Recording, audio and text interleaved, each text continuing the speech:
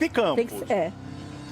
Olha, Quem você acha? Então, essa semana, e que repercutiu muito, inclusive, lá no meu próprio Instagram, Felipe H. Campos, que é o meu Instagram, uma história que repercutiu muito, porque eu tenho assistido alguns programas, que vai aos sábados na Rede Globo de televisão, que é o próprio Marcos Mion, né?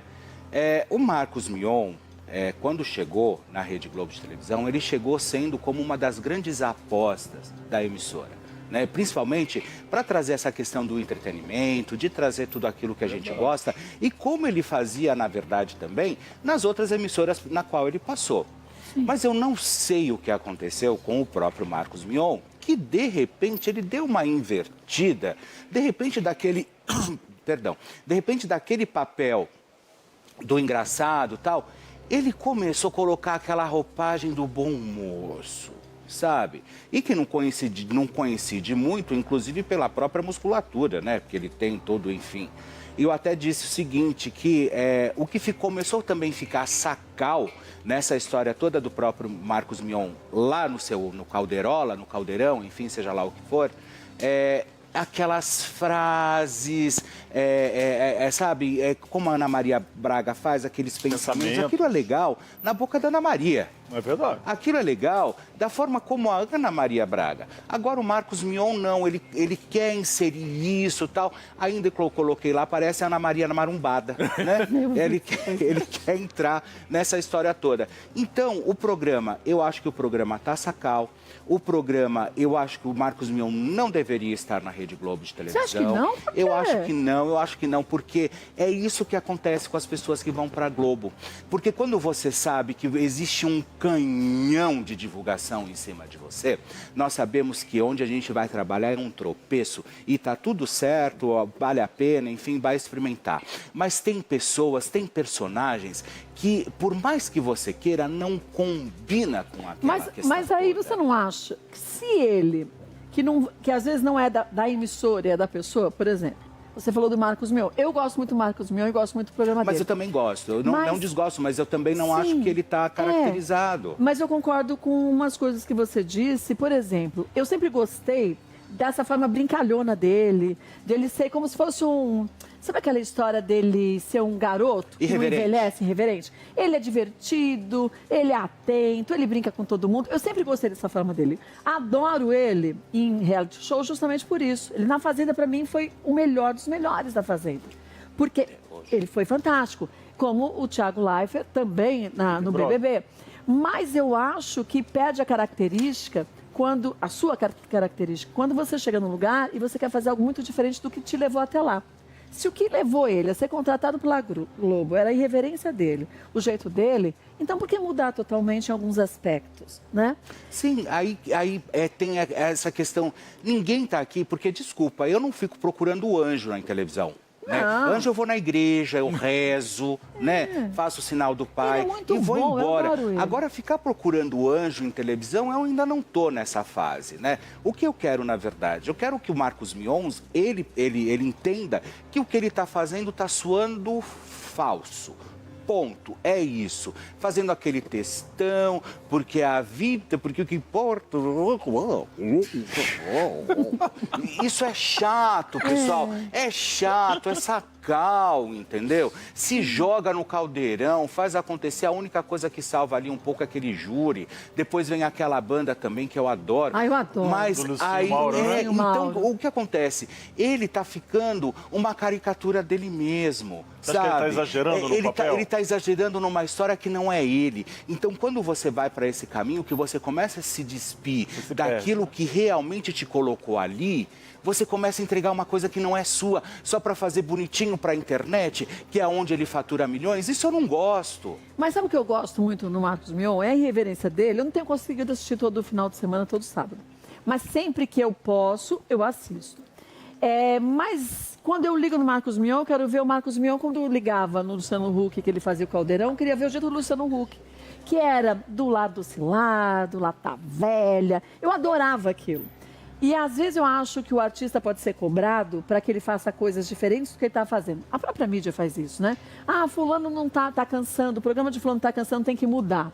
E na tentativa de mudar, talvez muda de um jeito que a gente não reconheça mais quem está lá. Eu acho que todo mundo de televisão já passou em algum momento por isso. Eu acho que nada disso, cara. Ah, eu acho, não sabe, acha? sabe o que acontece? Eu acho gosto assim, muito dele. dentro da estrutura de televisão, quando bate no comercial ali, que muita gente às vezes não consegue fechar a meta do mês, pega e começa assim, porque eu preciso mudar o programa. Ah, não, isso também tem. Isso também tem. Isso E a tem. gente precisa mexer. Precisa mexer. A culpa é do programa.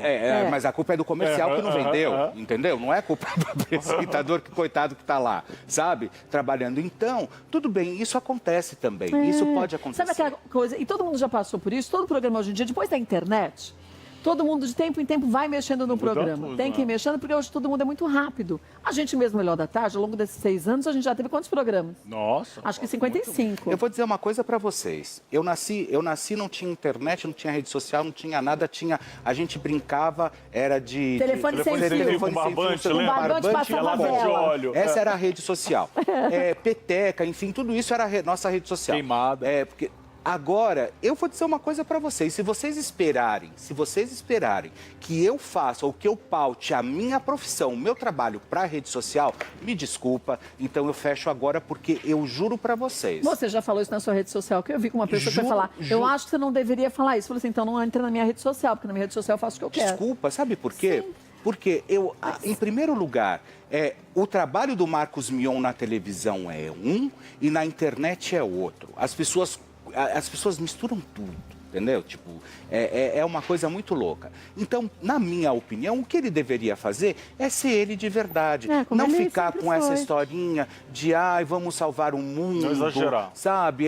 Vamos salvar o discurso de Miss mal feita, de Miss marombada, sabe? Eu não quero isso. E que não combina com outros momentos dele, como eu mostrei, eu falei até outro dia, a gente até mostrou, né, Alex?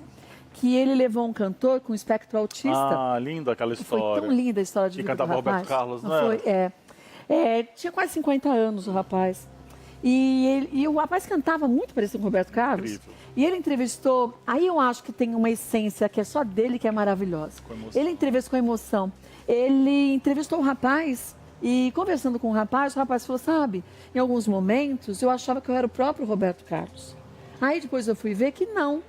Que eu amo tanto o Roberto Carlos, que era como se eu estivesse sendo um pouco de Roberto Carlos. Mas eu canto Roberto Carlos porque eu amo Roberto Carlos e quero que as pessoas amem as músicas do Roberto Carlos. E tava o pai e a mãe junto.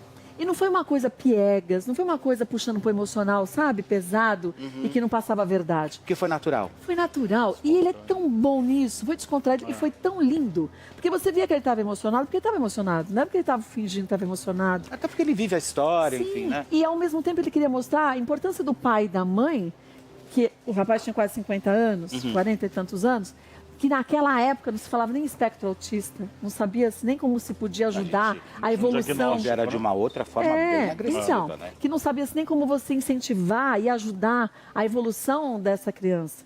E que eles tinham sido ali, naquele momento, grandes exemplos do que mesmo naquela época sem informação, o amor conseguia fazer. E me arrepia, porque eu falei, cara, é muito legal isso. Então, essa é uma essência que para mim dele é fantástica. Eu não espero ver isso em outras tantas pessoas, mas nele eu espero ver isso. Então, que ele não perca isso, que né? não perca, e você não encontra mais isso nele, sabe? E isso deixa nós que sempre acreditamos e que você sabe, Marcos Mion, porque você sabe muito bem, eu fui um dos caras que mais incentivou a sua ida para a Rede Globo de televisão, inclusive, tem até aqui no dia da sua estreia, você me mandou inclusive um direct. Então, assim, nós sabemos de absolutamente tudo como funciona a Engenhoca, mas a sua essência é muito melhor do que aquilo que você está entregando no ar e aquilo que nós, telespectadores, que eu me coloco como telespectador, esperamos de você e que não vem, e que não veio, porque o que você está entregando, na verdade, é essa coisa falsa. Deixa isso para Ana Maria Braga fazer de manhã. Isso ela sabe fazer muito bem, porque é a essência dela, e ela faz isso, olha, com maestria há muitos anos. Mas você não. Você, quando tenta se vestir, ou se caracterizar, ou se travestir de uma história que talvez você não seja, você pode ter certeza que nós, telespectadores, a gente, com toda certeza, a gente não consegue engolir, e isso não desce. Então, mas eu quero realmente que você faça sucesso, que você aconteça, mas tente realmente achar um caminho que possa ser muito mais bacana para você. Um beijo para você.